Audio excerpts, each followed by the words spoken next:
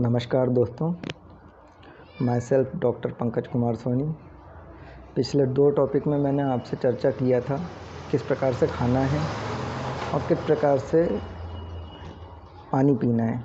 ये 2 टॉपिक पे आपसे मैंने चर्चा किया था।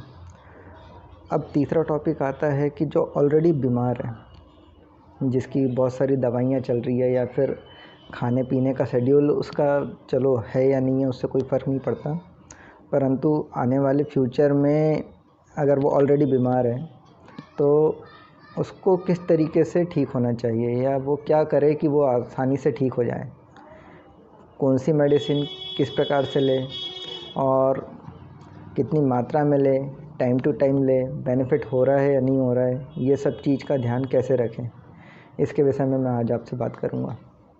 सबसे पहली बात यह है कि किसी भी मेडिसिन को आप अगर सबसे पहली बात मेडिसिन लेना सेल्फ़ मेडिकेशन नहीं करना चाहिए। यानी कि आप खुद से मेडिकल स्टोर पे गए, केमिस्ट की दुकान पे गए और आपने मेडिसिन ले ली, ये बहुत ही रॉन्ग वे होता है। क्योंकि अगर इस प्रकार से आप मेडिसिन लेते हैं तो एक कंडीशन ये आती है कि अगर इंटरनल आपके बॉडी में अगर कोई सीवियर कंडीशन का कोई प्रॉब्लम है तो वो धीरे धीरे बढ़ते रहता है, आपको पता नहीं चलता है। और एक टाइम के बाद में ये होता है कि वो बीमारी बहुत बड़े रूप में कन्वर्ट हो जाती है। फिर उसका एक ऑप्शन बचता है, या तो आप ऑपरेशन कराएं या फिर अपने आप को दवाइयों के हवाले कर दें, दवाइयाँ लेते रहें और फिर चलने दें। तो दवाइयाँ भी एक लिमिट तक के ले पाएंगे, उसके बाद में तो आपको फिर या तो आपकी डेथ होगी या फिर आप ऑलरेडी हमेशा के लिए बिस्तर पे पड़ जाएंगे। तो सबसे सही ये होगा आपके लिए कि आप जब भी किसी मेडिसिन या आपको कोई प्रॉब्लम होती है तो आप उसको मतलब एजुकेटेड और एक कंसल्टेंट डॉक्टर जो होता है उससे जाके मिलें, उससे कंसल्ट करें, अपनी बीमारी के विषय में उसे बताएं और बताने के बाद में वो क्या सजेशन देता है उसके ऊपर आप फॉलो करें। बाई चांस कई बार ये होता है कि बहुत सारे कस्बे होते हैं, कस्बों में कुछ मेडिकल प्रैक्टिशनर होते हैं, तो आप उनके पास जाते हैं, उन्होंने कुछ मेडिसिन प्रिस्क्राइब करी आपको। मेडिसिन प्रिस्क्राइब करने के बाद में यह होता है कि सिर्फ नॉर्मली आपने मेडिसिन ली, आप आ गए। कई बार वो प्रैक्टिशनर आपसे बताते भी हैं कि आपको 2 दिन बाद आना है या 3 दिन बाद आना है या फिर आपको 5 दिन का डोज़ कंप्लीट करना है। बट नॉर्मली क्या होता है, ग्रामीण अंचल के लोग जो हैं वो 1 टाइम का डोज़ अगर लेते हैं, उनको थोड़ा ठीक लगता है तो उसके बाद में वो मेडिसिन को ड्रॉप कर देते हैं, वो उसको कंटिन्यू नहीं करते हैं। हो सकता है कि कुछ बीमारियां ऐसी होती है कि जिसका इंक्यूबेशन पीरियड 5 दिन का होता है, 3 दिन का होता है, 7 दिन का होता है। इंक्यूबेशन पीरियड में बीमारी क्या होती है, ग्रोथ करती है। उतने लंबे समय तक के आपने उसको अगर आपने दबा दिया है तो वो उतने लंबे समय तक के शरीर में प्रेजेंट रहती है। अगर प्रॉपरली आपने उसको डोज़ कंप्लीट नहीं किया तो धीरे धीरे ये होगा कि वो बीमारी आपके शरीर में जड़ बनाएगी और जड़ बनाने के बाद में आपको बहुत ज़्यादा प्रॉब्लम होगी, आप बहुत ज़्यादा बीमार हो जाएंगे। ज़रूरी ये है कि अगर किसी प्रैक्टिशनर ने, किसी डॉक्टर ने आपको सजेस्ट किया है कि आपको ये 5 दिन का डोज़ कंप्लीट करना है तो आप उस ड्यूरेशन में अपना दवाइयों को प्रॉपरली लेते रहें। ऐसा ना करें कि एक बार में आराम मिल गया है, थोड़ा अच्छा लग रहा है तो दवाइयाँ बंद कर दें। अधिकांश, यहाँ तक कि ये तो ग्रामीण अंचल की बात है, शहरी क्षेत्र में या फिर जो वेल एजुकेटेड पर्सन है वो भी अधिकांश ऐसी गलतियाँ करते हैं। तो ये गलती ना करें। अगर इस प्रकार से गलती करते हैं, और एक मैं आपसे बात कहूँगा, जैसे बाई चांस कई बार ये होता है कि बहुत अच्छे एजुकेटेड पर्सन है और इंटरनल किसी भी फंक्शन डिस्टर्बेंस की वजह से बॉडी फंक्शन डिस्टर्ब हो जाते हैं, उसकी वजह से इशूज़ चलते रहते हैं। तो उन इशू को क्या होता है, एक प्रैक्टिशनर को दिखाया, उसने कुछ मेडिसिन प्रिस्क्राइब करी, उसने अगर बाई चांस सजेस्ट किया है कि आपको 15 दिन का डोज़ कंप्लीट करना है, तो नॉर्मली जो व्यक्ति होते हैं उनको धीरज नहीं होता है, तो वो क्या करते हैं 3 दिन 4 दिन अगर उसको आराम नहीं हुआ तो वो या तो मेडिसिन बंद कर देते हैं या तो वो प्रैक्टिशनर या वो डॉक्टर से मिलना बंद कर देते हैं। होता क्या है कि बीमारी जहाँ की तहाँ रहती है, वो उसमें कोई इजाफा मतलब फ़ायदा नहीं मिलता है, लगे तो बीमारियाँ बढ़ते रहती है धीरे धीरे।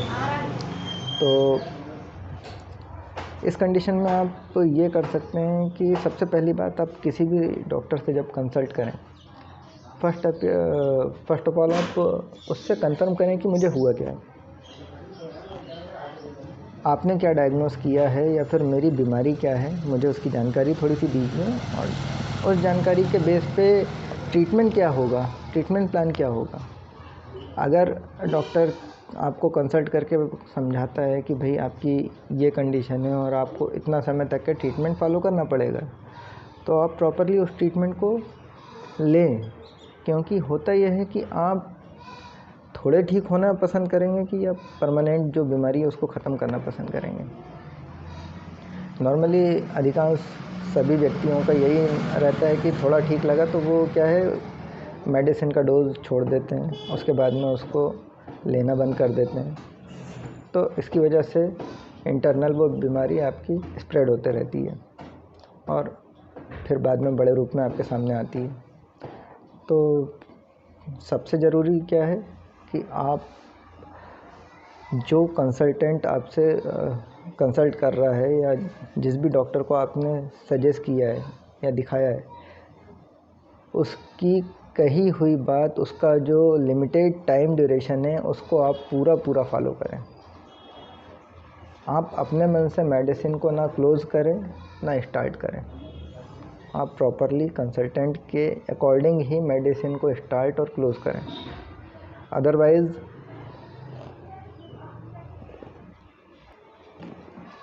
होता यह है कि जैसे आपने अपने मन मुताबिक आपने दवाई लेते हैं, मन मुताबिक छोड़ देते हैं, तो आप सिर्फ़ और सिर्फ अपनी बीमारी को इंक्रीज़ कर रहे हैं। आप कंसल्टेंट बदलते रहें, आप डॉक्टर्स बदलते रहें, आपकी बीमारी दर बदर बढ़ते रहेगी। आप फिर ब्लेम ये करते हैं कि हमको तो आराम ही नहीं मिलता है, तो आपको कभी आराम नहीं मिलेगा। इस प्रकार से अगर आप ट्रीटमेंट फॉलो करते हैं, हाँ प्रॉपरली, अगर जो वेल एजुकेटेड कंसल्टेंट होगा वो आपसे बीमारी के विषय में 100% डिस्कस करेगा और बताएगा कि कंडीशन ये है और इतना ड्यूरेशन लगेगा।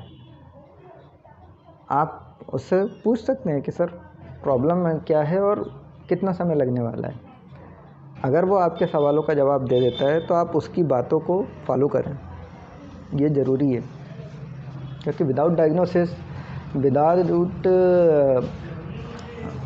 डिजीज़ को कंफर्म किए कोई भी ट्रीटमेंट, सिम्टोमेटिक ट्रीटमेंट देना कोई किसी भी बीमारी को बढ़ाना होता है। तो नॉर्मली जो केमिस्ट से आप मेडिसिन लेते हैं और नॉर्मली आप सिम्टोमेटिक ट्रीटमेंट ही फॉलो करते हैं, तो ये आपकी बॉडी के लिए और आपके फ्यूचर के लिए बहुत ही प्रॉब्लमेटिक होता है। आप इस बात को विशेष ध्यान रखें कि आप सिम्टोमेटिक ट्रीटमेंट ना लें। आप प्रॉपरली जो कंसल्टेंट आपको इंस्ट्रक्शंस दे रहा है उसको फॉलो करें और उस बेस पे ही आप ट्रीटमेंट को कंप्लीट करें।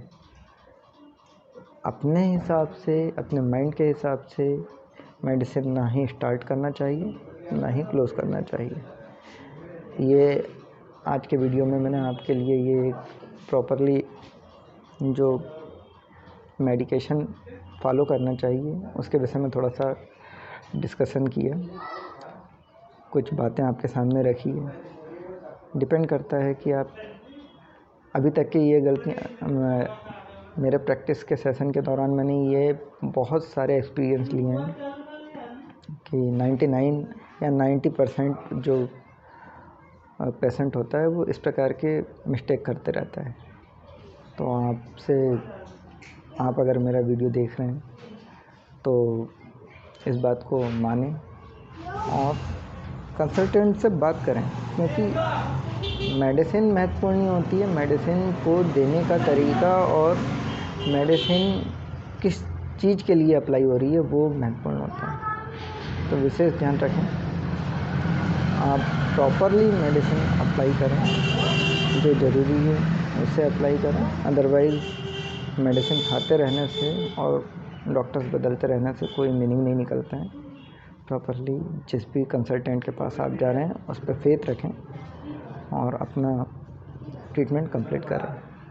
हाँ, कई बार ये होता है कि मेडिसिन जो उसने ड्यूरेशन बताया था उसके अकॉर्डिंग आपको अगर बेनिफिट नहीं मिल रहा है, तब आप उससे जाके सवाल कर सकते हैं कि सर ये कंडीशन है। तो वो अगर कुछ उसमें चेंज ओवर लाना है या उसमें कुछ अपडेट करना है तो वो कर देगा, वो उसका सोल्यूशन देगा। और उसके पास उसके बाद भी सोल्यूशन नहीं होता है तो आप फिर कंसल्टेंट बदल सकते हैं।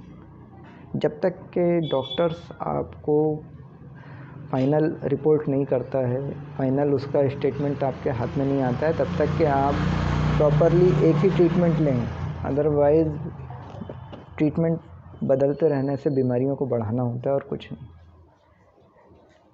ठीक है, आज का टॉपिक यहीं पे समाप्त करता हूँ और साथ ही साथ आपसे रिक्वेस्ट करता हूँ कि चैनल को सब्सक्राइब करें, बेल आइकॉन दबाएं ताकि आपको नोटिफिकेशन मिलते रहें और कमेंट करें अगर कोई प्रॉब्लम होती है तो उससे।